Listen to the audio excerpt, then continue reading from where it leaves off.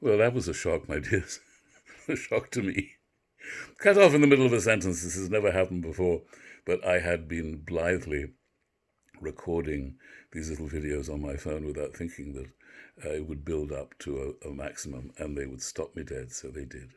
So we were in the middle, I was in the middle of deconstructing, of unpacking the wonderful opening paragraph after Mrs. Ramsay's opening words, in which young James is to be found responding with a singular sensitivity, the most, I think, of all her children, to her and to her hope that they will go to the lighthouse, that wondrous thing, bathed in memory as you look back at the things that were so extraordinarily important at a time which now, in retrospect, will always seem undisturbed before the flood, before 9/11, before COVID. So here he's watching her cutting out pictures from the illustrated catalogue of the Army and Navy stores, a chain store that existed in my childhood, exists no longer, but which the words of which, because I don't know how they became so important as a chain store, the Amazon of their day, no longer exists in Britain, the Army and Navy stores. They sent out catalogues, and in the latter part of the 19th century and the early part of the 20th, this was how people ordered things, rather as we do today from Amazon. And as I hope I wasn't already saying on the previous video, this was how, for instance, the brownstones in New York, the brownstones of Park Slope, for instance, were ordered by the owners of the plot on which the house was to be built, and they were able to order their precise choice of window and door that made the building differ slightly from the one next door, and that was how it was done, which seems to us now very modern. So here is Mrs. Ramsay, but interestingly cutting out all these separate items: the wheelbarrow, the lawnmower, the sound of poplar trees, with which James experiences the whole thing within a kind of synesthesia in which sound and sight are blended, brooms knocking, dresses rustling. These were all came together in, as she says, what was already his private code, his secret language. Highly poetic and very completely unimaginable even to his mother, who says here, though he appeared, this little boy of 6, the image of stark and uncompromising severity, clearly his father's severity here, not his mother's.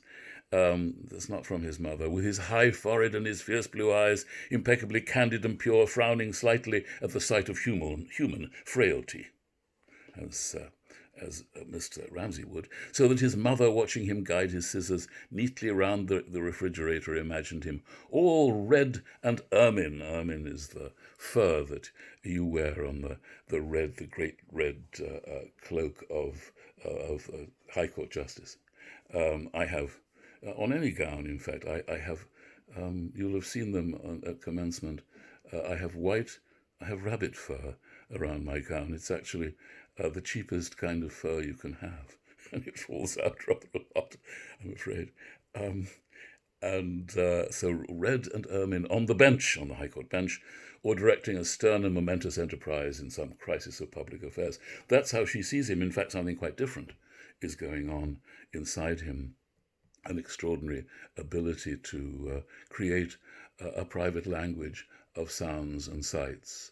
And I also feel that the way she and he together they are disconnecting from this catalogue, which is a coherent sequence more or less, even though it is simply a catalogue, that removing the wheelbarrow and the lawnmower, and the past is now, through this paragraph, because of this paragraph, composed of these separate individual things. It's this paragraph is strangely like a psychoanalysis. It's a description of somebody's mind and how it works. And at the same time, of course, his father being the kind of human being of which there are, I'm afraid, many who can't resist deflating people's hopes. It's It's intended. The people who love to do this think it's done kindly. It's like people who like to jump out at you from round corners and inside cupboards. They think it's so much fun because you'll be so happy when you discover that all is well. The sadism, the miniature sadism contained in these acts, of course, never makes itself plain to the people who do it. They don't think of themselves as sadists. And maybe they are managing to avoid the sadism, to expunge their sadism, their innate sadism, by these little tiny acts of domestic sadism, and maybe we should be very grateful for it. And there is Mr. Ramsay saying, "No, we won't go tomorrow," and incurring his child's absolute hatred, loathing for life, would kill him, would gladly kill him at this moment. It's a human quality that's inescapable. We can't all be Mrs. Ramsay.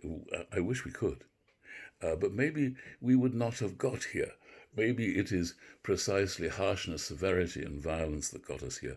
Our remotest ancestors, the little tree shrews in the trees, in the jungle, in the primeval jungle, the little tree shrews that are our ancestors, were quicker on the draw than other tree shrews. It was certainly not kindness, lovingness, and motherliness alone, although these qualities will surely have been essential, but also violence, aggression, and severity that enabled us to get here where we are. You, I hope, listening to me, talking away. We're here because of the unattractive, or to kindly humanists, unattractive aspects of humanity. It's not so unattractive if you're a member of the military. You think, this is wonderful. I am rejoicing in the power of aggression that lies in the human being. And here it is in a domestic setting. And Mrs. Ramsay tries to undercut Mr. Ramsay's ferocity. But it may be fine, she says. I expect it will be fine. And she watches James constructing his refrigerator door world while working at her knitting.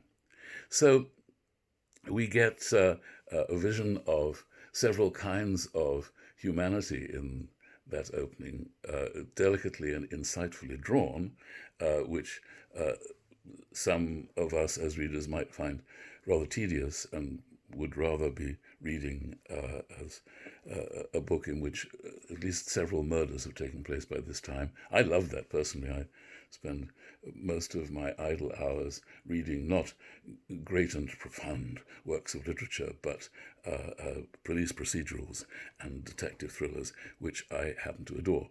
So you might feel, yeah, this is a kind of chick lit, a terrible phrase to use about the great Virginia Woolf. You might be feeling this, and why not? Because the very point of these opening pages and the very point of my little discourse here is that we are utterly different from each other. And so it's completely appropriate, indeed necessary, intrinsic to the human animal, that some of us reading this will think, yes, insight, and a capacity to tease out the eternal differences between different types of personality. And others of us will be thinking, yeah, get on with it. Push somebody over a cliff, for God's sake. Why don't you?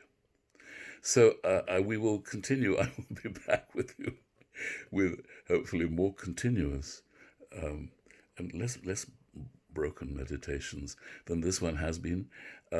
However, as much as I enjoy people being pushed off cliffs and murders of every kind in literature, I'm also absolutely held by the carefulness of eye and the profound understanding of spirit that Virginia Woolf exhibits in these opening few hundred words.